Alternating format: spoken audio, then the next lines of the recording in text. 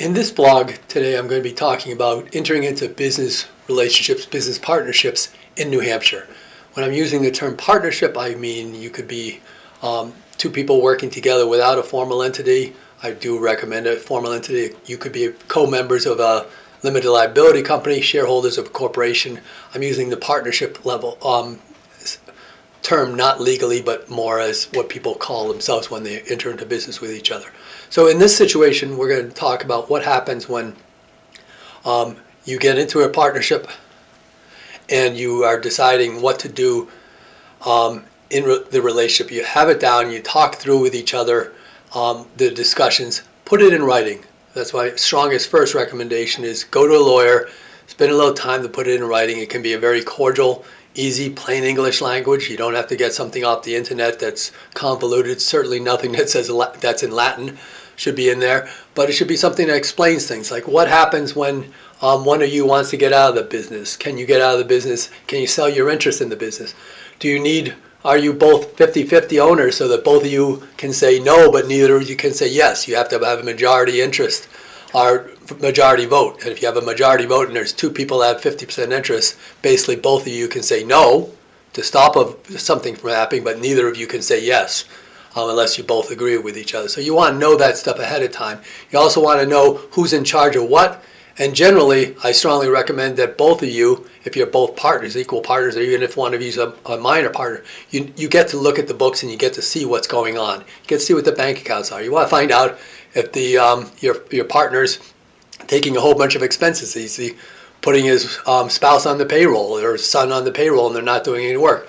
Are they taking expenses that are not business related for the company, or they may be using the business for benefit of their other business that they have? You want to know all that stuff. You want to keep monitoring that so it doesn't get out of hand. If you do see something like that, you can have a conversation with your partner and redirect the partnership and maybe salvage it.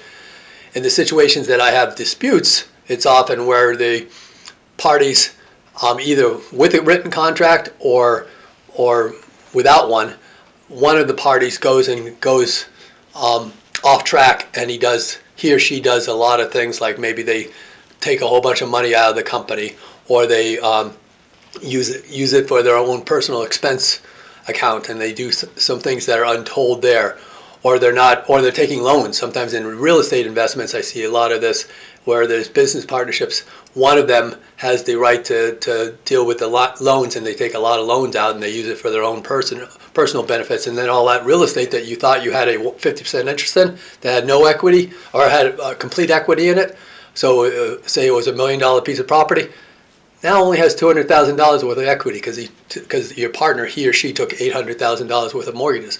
Very substantial issue, and you want to know about that ahead of time. So you should also check nhdeeds.com if you're on real estate to make sure you monitor that regularly to see what's going on with the real estate if you're dealing with it.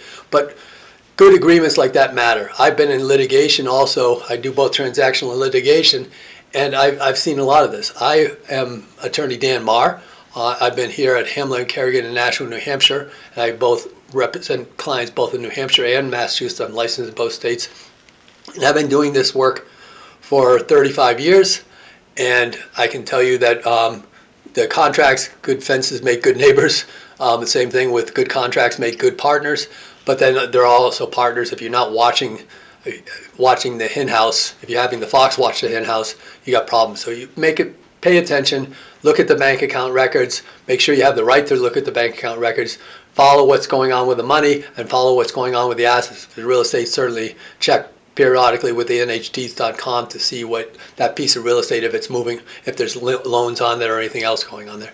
If you have disputes in regards to this, you can contact me, or if you have transactional desires, you want to make sure your agreement is formed correctly, you can contact me. I at Hampshire and Kerrigan have been doing the transactional and the dispute issues in regards to this in New Hampshire, and I find the courts benefit greatly, the judges benefit greatly if they have a contract that you can look at, but you can still have the right to go forward with a lawsuit if you don't have something in writing. And you can contact me at 603-883-5501. That's 603-883-5501, Dan Marr. Or you can check out our website that has a lot of useful information, hamker.com. That's hamker.com. I look forward to the opportunity to possibly representing you if the need arises. Thank you.